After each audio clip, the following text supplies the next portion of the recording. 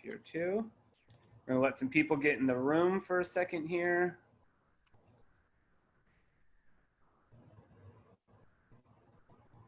All right, that's good. We are live. We have some people in the room too. Jenica Martin, Hello. thank you for joining us. How are you doing today? I'm great. Thank you for having me. I'm excited to be here and talk about what's going on in the San Diego real estate market. I'm sure you love talking about what you do because I'm always seeing your posts on social media and you're always giving like walkthroughs and things like that. And you did that before the Corona too, didn't you?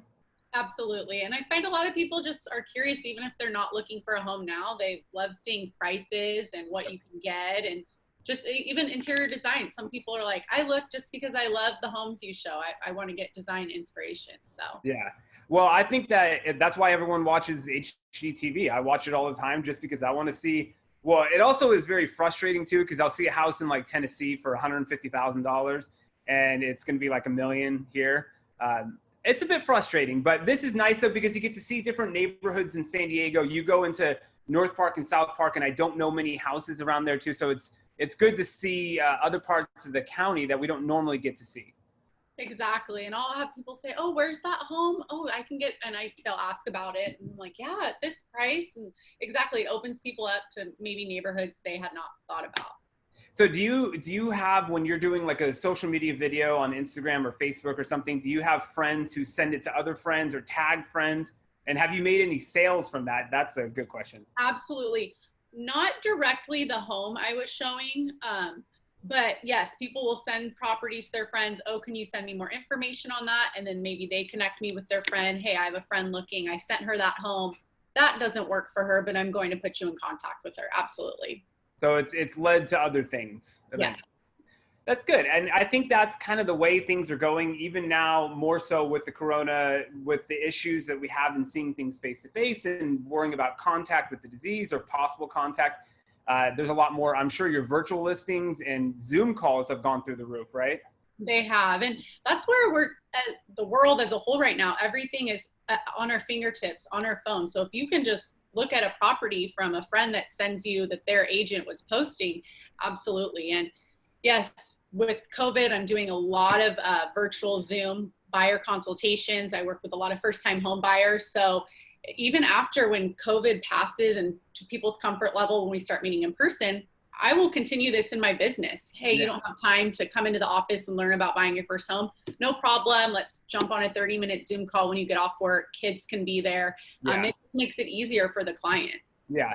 And I think that we're going to see that will be the new norm because and you have to kind of adapt. And that's one thing that I like about you is that you have these virtual tours, and I'm able to see it even though I'm not participating or I'm not even looking. I just will see that and I'll comment every once in a while on some of the unique architecture and things like that. So it's really cool to see that. And we've had to, in the legal field, we are notorious for being dinosaurs. We move very slow and do not adapt to change at all.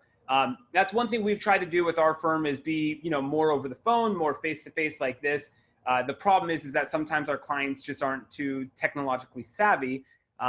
So it's good to have at least the option, but I have a feeling that once people are a little bit more comfortable, you'll probably get a good, healthy mix of both, right? Exactly. But yeah, I'm sure 50-50. Just like right now, I'm seeing it's 50-50. People know I'm not making a move right now. I'm, concerned, or I have other clients, I'm ready to go. So I'm seeing that now. So absolutely. So what's the market been like? I know that traditionally speaking, well, thinking about the last kind of economic uncertainty, which was 2008, and that was real estate in nature. This is not. This is more economic because of a pandemic, which no one could really foresee.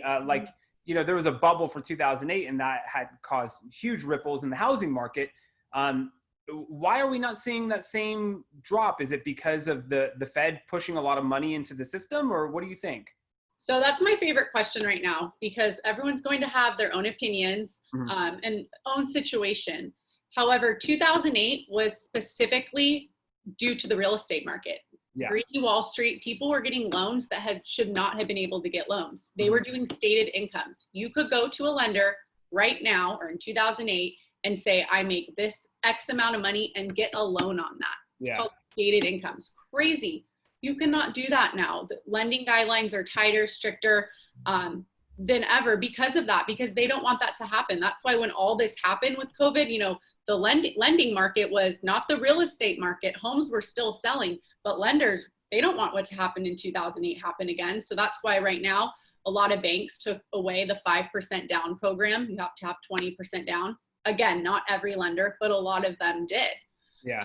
Because when people are getting forbearances and not paying their mortgage, that lender still has to pay the loan servicer. Oh. So lenders are being very cautious, and, you know, they're doing verification employment 3 times through a transaction right now.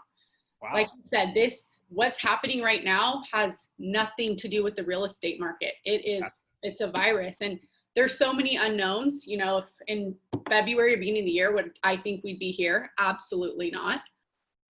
But it's supply and demand. Right now we have 2 months of inventory on the market. You need 6 to 7 months to be a neutral market. What does that mean, 2 months of inventory on the market? And what does it mean to be a neutral market versus another type of market, for anyone who doesn't know? So right now, last week in San Diego, we had 923 homes newly listed for sale.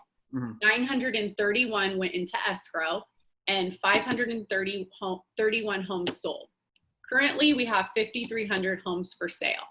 Mm-hmm. So that leaves us at the amount of buyers that are looking for a home at 2 months. So under 6 months is typically what you call a seller's market. 6 to 7 months, a neutral market, and over 7 months, a buyer's market. So we would need effectively to have maybe 4 times the amount of inventory in order to be considered a buyer's market, which, unless we have an absolute onslaught, we're not going to have. Now, I guess it remains to be seen still, because the Fed just came out and 2 things happened.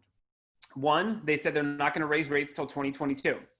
2, they said I saw an article in CNBC that said that once the $600 Fed extra money goes away for unemployment, and once the eviction moratoriums go away, we might see a lot of evictions and people losing, you know, their rental. But would that affect the housing market? So let's address the second one first, and then we'll talk about the Feds not raising the rate after. So do you see, with a lot of evictions, maybe if there's an uptick of 10, 20% of evictions, would that mean more houses go on the market and boost inventory? It possibly could. There definitely will be some sellers that are looking to get rid and maybe free up their cash. But right now, real estate is a safe bet to put your money. Even if it went down a month from now, which I don't think it will, a year from now, I don't think it will. You would not sell until it went back up. Real estate always goes back up. Yeah. And I think that a lot of people are hesitant to get into the market or buy something because they think that because of the pandemic, it will go down, but I just don't really see it. And, you know, in theory, if you were to have a huge chunk of evictions and people losing renters, and that might turn into some people having to sell because they can't sustain that mortgage, I don't know if we would see anything, a result from that maybe till 2021, at least midway through, right? I don't even see 20 to 2021. Honestly, the value of a home right now has never been so valuable. People just spent, you know, over 2 months locked up in their home. I think now more than ever, people want a home. You know, I'm having clients, I want a bigger home, get me out of this small apartment. Mm-hmm. And we're in San Diego. San Diego is special because of the jobs we do have here: military, government, health, tech, professionals. So I can't see the future, but I don't even see in 2021. And honestly, interest rates I have clients interest rates in the mid to low 2s right now. That is insane. Yeah. Insane. It's basically free money. It's so interesting to think where we came from to where we are now, and the Fed basically saying till 2022 they have no plans to raise the interest rates. So I imagine that would stimulate that many more people into wanting to buy a house or to refi, because the numbers are a lot lower. But also, these are going to be more qualified people because lenders don't want to get burned, like you were saying, right? Exactly. So that is one positive, that credit scores need to be a little bit higher. you still can have, there's lenders doing 3% down, 3.5% down, 5%. Most of my clients still are putting about 5 to 10% down. Okay. So, but yes, it is going to take out those buyers with the lower credit scores. And, you know, bank statements, loans, they should be coming back in the next month. They did take those away. Okay. And a misconception about the Fed rate being at 0%, that does not mean the mortgage interest rate. So Fed interest rate is auto, savings, loans, CDs, credit cards. So being, you know, when I first saw the article, everyone was posting like rates at 0%. I had clients texting me, oh my gosh, I need to refi. No, that does not mean, and that's the media pushing that out. That does not mean interest rates for buying your home is 0%. Yes, they're in the low 2s or mid to low 3s, not 0%. So that is a misconception. It is not the interest rates of buying your home mortgage. True, but the rates usually will rally or fall depending on what the Fed does. So it has an impact, but it's not the actual effective rate of the mortgage or the percentage of Correct. Yeah. Correct. But yes, I see all next year them rates staying low, and for every percentage the interest rate goes up or down, it affects your buying power 10%. So say you're buying a house for 400,000 and the rate goes down, you're approved at 400, it goes down 1%, you can now go up to 440. You're approved for 40,000 more. So it's huge in your approval amount and your monthly mortgage. I did not know that. And I guess that's something that if you're like actively in the process or really close to buying something, because usually when you're approved for something, you only have 90 days or so, give or take? Yeah, the lender is going to get all your documentation, but if in 6 months from now you decide to hold off, you decide to purchase, you just need to update your bank statements and pay stubs, but you technically still have been approved with the bank. You'll just need to update some financials. Yeah, just to make sure that nothing happened or you didn't get fired or something like that. Absolutely. Now, if you think about, we haven't had much tourism, if any, because everything's been shut down. And a lot of people rely on Airbnb to supply their mortgage for their, vacation rental on a coastal town or something like that. Do you think we're going to see an influx of that? Airbnbs, kind of people's little small businesses going under? Again, because of our location, San Diego, I think absolutely some. It's going to be, it depends what they do for a living. But I was just down in Mission Beach with showings last week and it was packed down there. So again, we're fortunate where we are with the weather. The last couple months have been rough, but I really think, I know personally people are just like, I need to book a trip, friends in their mind. So I really think, look at this beautiful weather we have this week. I know the beach was, when was it 90s on Monday? Yeah. Mission Beach was packed. Yeah. So San Diego's fortunate in that.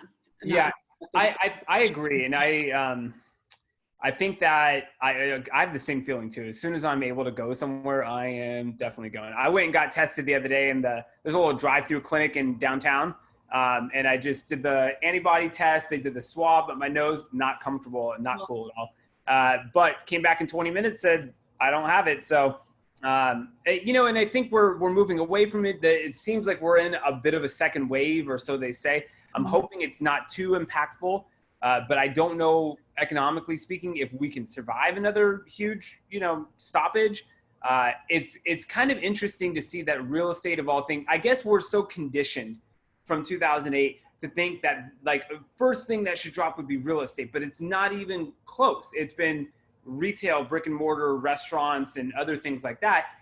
But, hopefully once they ease the restrictions as a whole, it will bounce back quickly. It's just a lot of it remains to be seen. Absolutely. And so have you seen a lot of people who were like originally ready to put their house on the market, but have held back because they wanted to see what the market did, or what have you noticed in the field? I have had one client who decided to wait. They wanted to wait until the end of summer, but no, most of my clients have still moved forward listing their homes. And, I have case studies when I meet with a new client and go over a listing presentation of what's going on right now. I just listed a condo a little over a month ago, and we had 9 offers in 3 days. It's setting record sales price in the complex. When I meet with the next seller, I give them that case study and let them know, like, I'm sorry, this is not, I'm in this business. I do this every day. This is factually what's happening. My seller is setting record price on their condo in a pandemic. Yeah. Detached homes. You know, I listed a home right the week before March 17th, and we had 20 offers. And then we got on lockdown, and my seller and I'm like, what's going to happen with this buyer? Are they going to pull out? No, they were both in the health field, and they closed during right when this first started. So just not seeing it right now, but it's to everyone's comfort levels. I have one client that's like, I want to wait until, you know, the summer. And it's just, some people don't want people coming through their home. Yeah, and I understand that too. And since you have your unique ways of showing it, I think that you don't need to as much. But isn't summer traditionally a hot time to buy a house anyways? Everyone's out and yes, like, kids in school and whatnot, right? Typically spring is just crazy, and then it follows into summer. The next month is going to be I mean, it's already crazy right now, but exactly, just because school's out, kids are probably in school anyway, but yeah, this prime season. People want to get in before the holidays, before kids start back up school and worry about moving them during that time. So last question, you kind of mentioned that people are looking for more kind of space or to get out of an apartment or something like that. And I had Brad Seaman, the realtor, a while back on, and I asked him the same question. I'll ask you what you think. Do you think we're going to see a move out of higher density urban areas where a pandemic might flourish a little bit more, as opposed to something sprawling in like East County, or more space in South Bay or North County, outside of getting out of Little Italy or downtown? Do you see that happening in your experience? I'm not seeing to get out of condensed areas worrying about getting COVID right now. What I'm seeing is people wanting to get out of their homes because it's too small. So the further east you go, typically the more space and the lower price point. So I am seeing people, I work a lot in North Park, University Heights, Normal Heights. I love my home, I love my area, but I need to get a little bit more space. We go take a look at La Mesa, where you get a bigger home with a yard at a lower price point. I have not had clients yet say, I need to get out of this area because I'm too, it's too congested. Yeah, I think I have a feeling we're going to see a little bit more of alcohol. I grew up in Rancho San Diego, and I have a feeling that area is going to experience a little bit more people moving out there, maybe even Hamul. And I can kind of see that too, but it's hard because there's only so much space in San Diego, and I live in Little Italy, you live in downtown. We both love it. I know you love it. I love it down here too. And there's certain things that I really do love about it, but I understand that need to kind of get some space and not be in, tight quarters. So it makes sense. Yeah, absolutely. I mean, it's hard, I'm in my little space. I have my cat. Normally she'll come on my Zoom and I'm like, Muffin, out of the way, leave your dog. So I understand it. She's still sleeping. Yeah, my Muffers is on the bed. She's been good, but I have a little sun bed for her right here. So she's my little colleague. Yeah. Yeah. It's just hard to know exactly what's going to happen. And as things are kind of evolving, it seems like, and that's the great thing, it's the market kind of goes with it too. And in order to see, like you were saying, that much more inventory in order to become a buyer's market, there would have to be just, I can't even think about what would need to happen in order for the inventory to double or triple or quadruple. So, and one more thing, I know the market is crazy, but you can still, as a buyer, I'm getting my clients' offers accepted left and right. There are things I do to stand out, and you just have to be creative.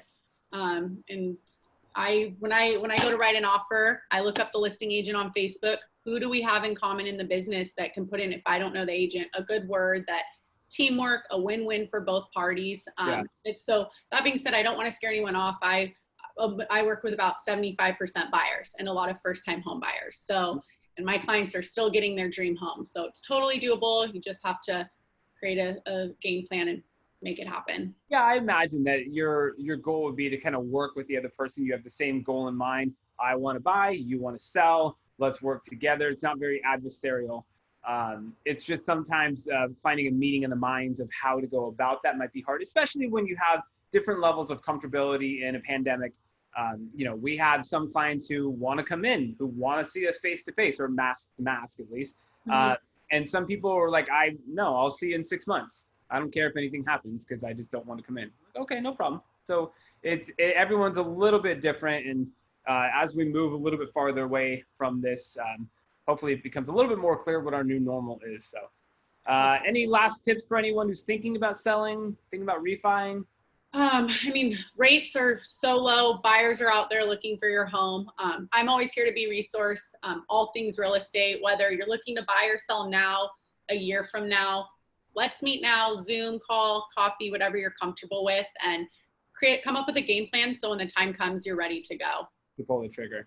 Well, why don't you go ahead and throw your information out there if anyone wants to reach out to you. Perfect. So my name's Jenica Martin. I'm with Douglas Elliman Real Estate.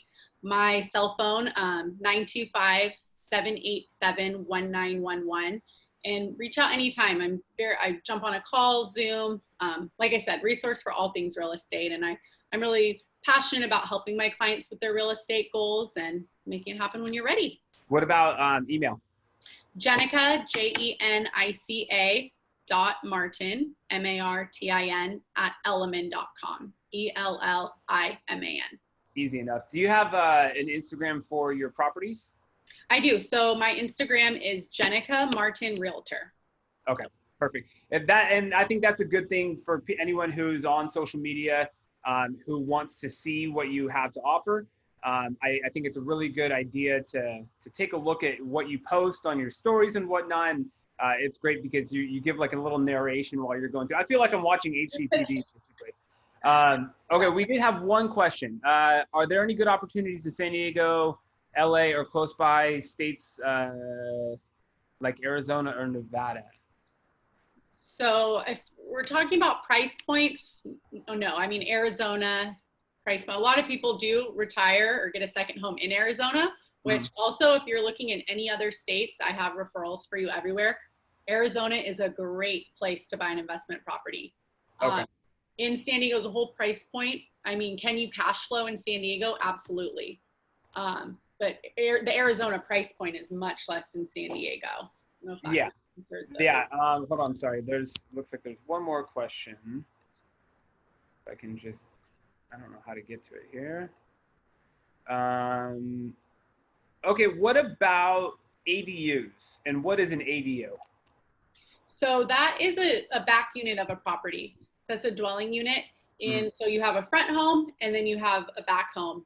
You're going to see a lot of that in the North Park, University, Normal Heights areas. So properties there are typically zoned R2, R3, or R4, meaning you can have 2 residential units, 3 residential units.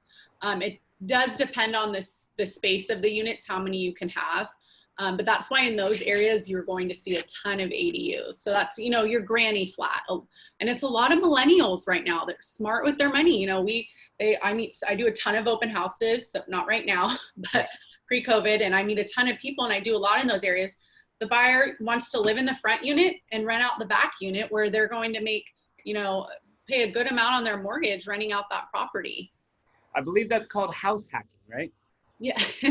Yeah. I follow a lot of, what's it called? Bigger Pockets. I listen to their podcasts sometimes, and people talk about that where you're able to get a low primary residence rate while renting out the back, so it helps with the mortgage. It looks like we have someone who wants you to send them a text. I will send you that personally. Okay, it looks like that's all our questions. Jenica, thank you so much for joining us. Thank you for having me. And please, anyone reach out if you have any questions, or I'm here to help. So. Okay, we really appreciate it. And send out your email one more time, and we'll post it in the notes as well. Okay, say it now. Yeah, go ahead. Jenica.Martin @elliman.com. Okay, thank you, Jenica. And we wish you all the best out there. We'll see you soon. Thank you, everyone. Stay safe and healthy. All right, you as well. Bye-bye. Bye.